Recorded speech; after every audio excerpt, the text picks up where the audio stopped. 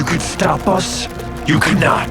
Man, the wait is finally over. Episode 5 just dropped this Thursday, and it is one hell of an episode. Probably one of the greatest episodes ever. Yes, it is me, the OG. I'm back. Hello, sorry I've been gone. Anyways, the Sequids are coming. There are important people dying, and there are some crazy twists which will shake your head. Want to know everything about them? Well, stick around because we're going to cover all the key scenes from episode 5. It's going to be a recap and an explanation. Let's get started without any further ado. Number 1, Mark on Thraxa. The episode starts with Mark gaining a little bit of consciousness after his fight against the Viltrumites. The Thraxans help him make a full recovery, but by the time he has recovered, Nolan's Thraxan wife has become so freaking old. On the verge of death, you could say. Well, that is because of the Thraxan genetics. They have the lifespan of a cosmic fruit fly. Mark, look at me. Look how much older I am than when you first arrived. So being a good mother, she wants her son to be just fine, so she gives Mark a duty to look after his purple younger brother. Mark takes Oliver with him to Earth, and there Debbie starts taking care of him. And speaking of Debbie, I have good news for you guys. Finally, we can see her doing better than before. I just hope it lasts. Number 2, Donald and the Truth. Based on the previous episodes, we've been a little bit confused when it comes to Donald. We saw him dying, but somehow he was alive, and we're like, what? And all this time, we were wondering what actually happened, what's going on. Finally, we have the truth. Donald was saved by Cecil after that incident. And Cecil was able to do that by just using very expensive tech. So Donald is like Terminator now. Cecil, what the hell am I now?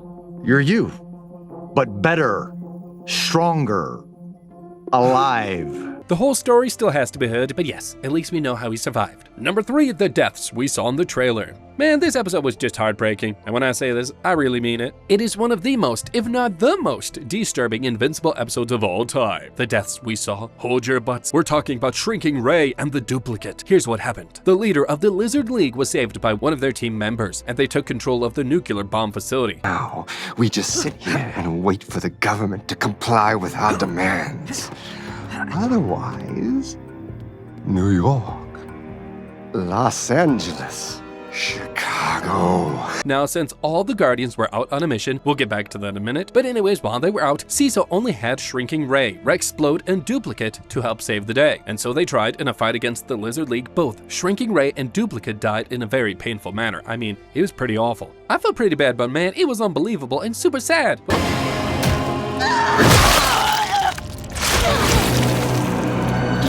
What about Rex, you ask? Well, he lost his hand and incidentally killed the lizard guy who was responsible for the death of both Shrinking Ray and Duplicate.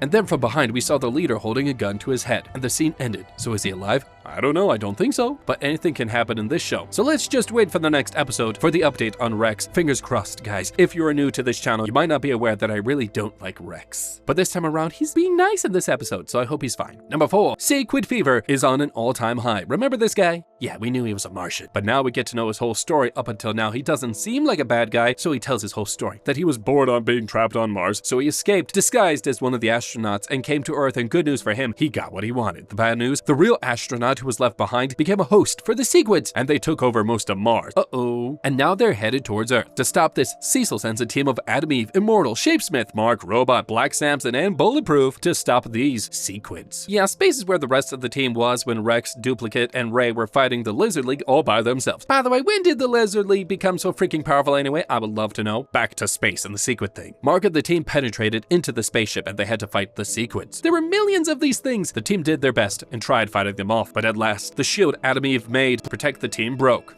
No.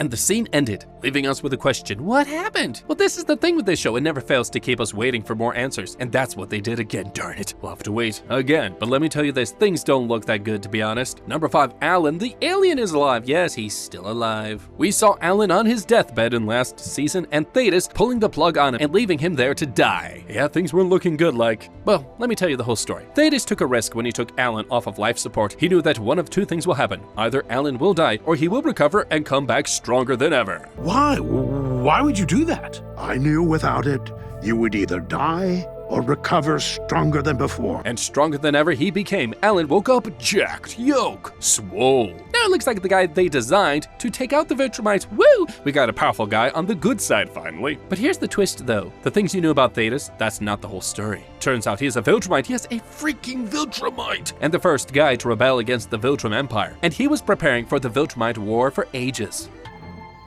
I am the only Viltrumite to ever rebel against the Empire. Now, you know, I wasn't lying when I said this was one of the greatest episodes ever. As good as it was, it left us with some questions, apart from is Rex alive and what happened to Mark and the team? I mean, we don't know what happened to Nolan and if he's still alive or not, but soon we shall find out, and I have very high hopes for the coming episodes. Let's see what happens, and worry not, we will try to give you the update as soon as new episode rolls out. Thank you for watching, and we'll see you in the next one.